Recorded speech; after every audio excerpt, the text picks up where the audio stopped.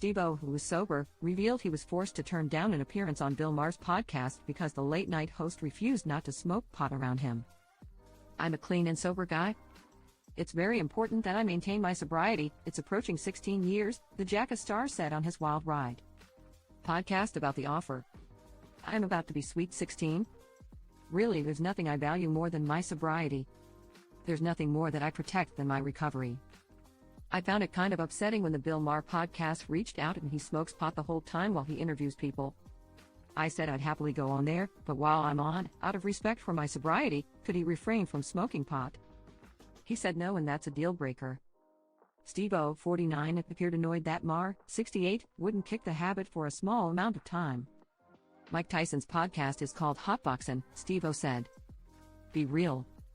All of these prolific potheads, I've been on their shows and it wasn't so important to them to blow marijuana smoke in my face, but for Bill Maher it was a deal breaker." After Steve-O's story went viral, some internet sleuths pointed out how Maher previously respected people's wishes. When Sheryl Crow appeared on the show, Maher told her, "That's when I need a joint, but I'd never light one up in front of you." In Steve-O's book, A Hard Kick in the Nuts, What I've Learned from a Lifetime of Terrible Decisions, which was released in September 2022, the reality star got candid about his battle with addiction and how far he's come since then.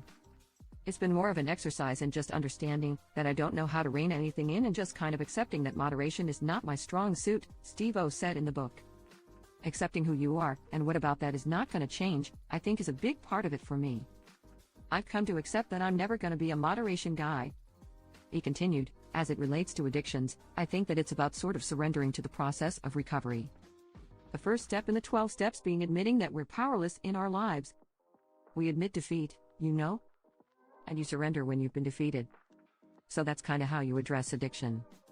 One of the reasons Steve-O is in a much better place is due to the fiancé Lux Wright. "I do not believe there is a single person in my orbit who's even remotely close to me or cares about me at all who doesn't recognize that, in my relationship with Lux, I am a better version of myself," the comedian noted.